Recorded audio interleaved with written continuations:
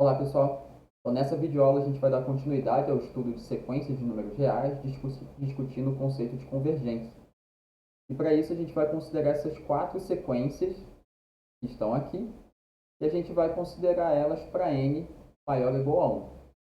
Então, um ponto importante é que sequências, de modo geral, elas podem ter como ponto de partida n igual a 1, mas também podem ter n igual a 0, n igual a 2 ou n igual a 3. A gente usou inicialmente n maior ou igual a 1.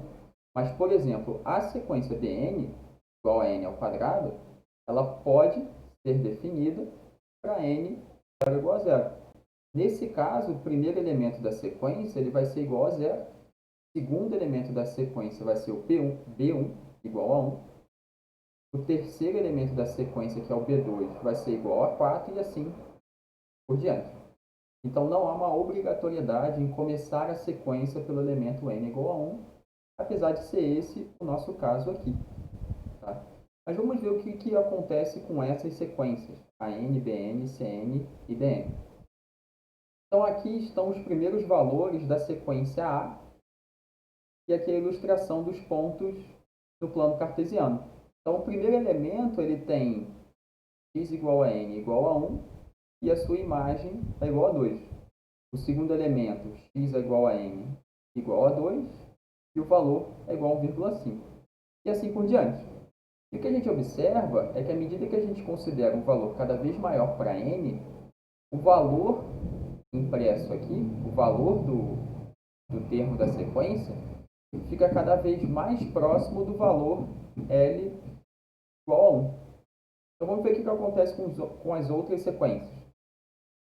A sequência Bn ela é dada por n ao quadrado.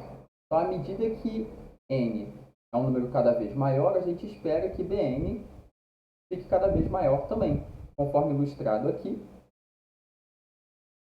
nos valores da sequência e nos pontos correspondentes do plano cartesiano.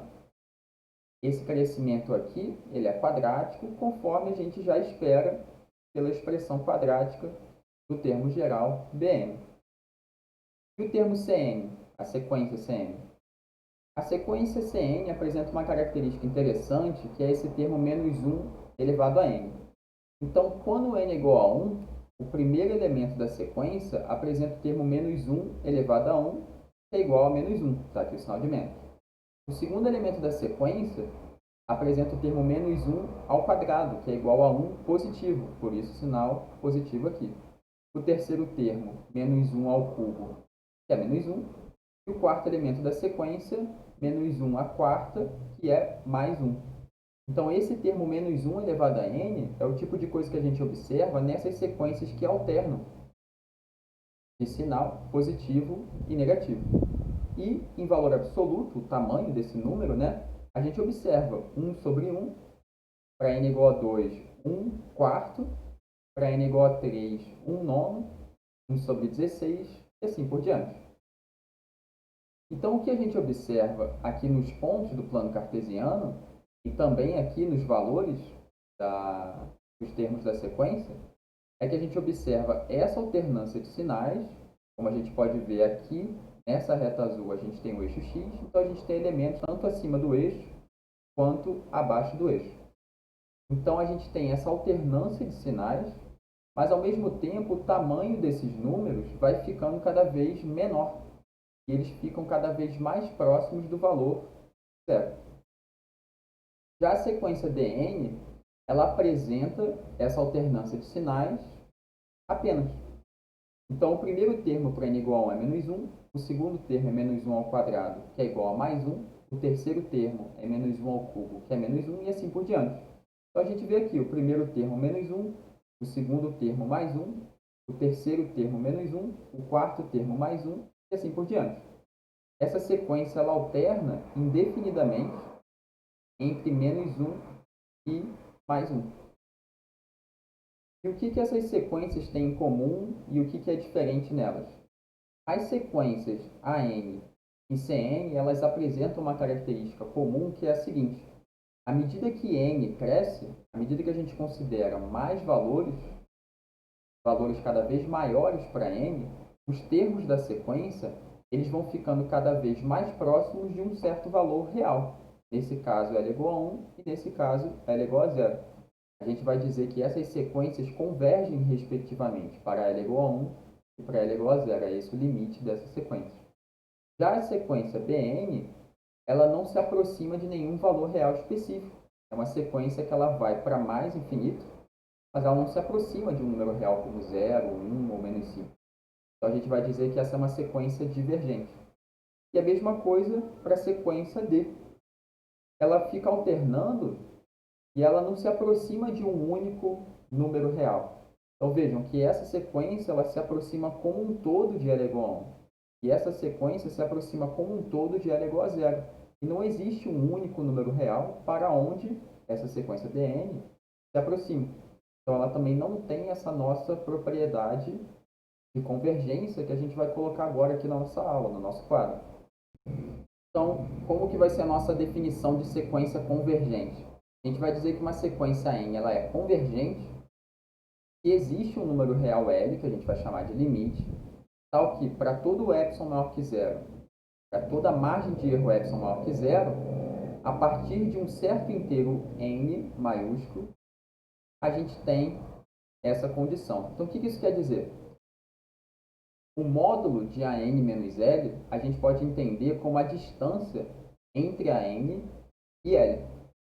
Então, a gente está dizendo que a distância entre a N e L fica menor que esse número real epsilon. Então, é o que a gente está observando aqui nessa figura.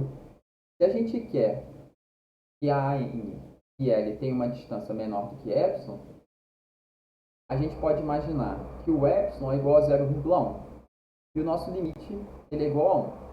Se a gente quer que a distância entre o AN e o L igual a 1 seja menor do que esse tantinho, que é 0,1, então o AN ele vai ter que cair dentro desse intervalo, definido por 0,9 e 1,1. Se o AN cair dentro desse intervalo, é porque a distância de AN para L é menor do que esse epsilon, igual a 0,1.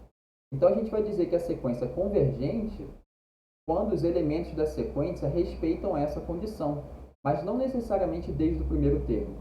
A partir de um certo termo, que a gente está chamando de AN maiúsculo, essa condição é verificada para todo elemento da sequência, a partir de um certo AN, N maiúsculo. Então, no nosso exemplo, como que a gente pode enxergar isso? A gente pode fixar, por exemplo, epsilon igual a 0,2, uma certa margem de erro. Em torno desse valor do limite L igual a 1, a gente cria um intervalo que vai ser 0,2 para cima e 0,2 para baixo, formando esse intervalo de 0,8 até 1,2. O que é a definição de convergência da sequência? Os elementos da sequência eles não precisam estar todos dentro desse intervalo, mas eles vão ter que estar todos dentro desse intervalo a partir de um certo ponto. E isso é de fato o que ocorre. Então, nem todos os elementos estão dentro desse intervalo, 0,8 até 1,2, mas a partir de um certo ponto, então aqui, como a desigualdade não inclui a igualdade, a gente poderia dizer que a partir do nzão igual a 6, a partir de A6, todos os elementos estão dentro desse intervalo. E o ponto aqui da definição é que isso tem que valer para todo epsilon maior que zero. Então, se nós considerarmos, por exemplo, ao invés de epsilon igual a 0,2, a gente considerar epsilon igual a 0,1, essa definição também vai ter que funcionar para um intervalo que vai de 0,9 até 1,1, com esse novo epsilon. Isso tem que funcionar para todo epsilon maior que zero. Então, agora, esse n maiúsculo não vai mais funcionar para esse epsilon menorzinho. Mas ele vai funcionar também, só que para um outro valor de emisão. A sequência continua satisfazendo a condição, só muda o valor de emisão. Então, essa é a nossa definição de convergência. E por que ela é interessante? Porque esse conceito de estarmos dentro da margem de erro a partir de um certo ponto, e quanto tempo demora até a gente atingir essa margem de erro, isso é o que lá do método computacional vai determinar quanto tempo vai demorar para o computador chegar naquela precisão que a gente gostaria. Então, essa é a nossa definição de sequências convergentes. Vejam lá nas notas de aula, leiam as notas de aula direitinho para ver a formalização desse conceito escrito mesmo, né? E vejam os exemplos que estão colocados nas notas de aula, as atividades que estão ali no Moodle. E na próxima videoaula, a gente vai começar a ver como que a gente verifica se uma sequência é convergente ou não.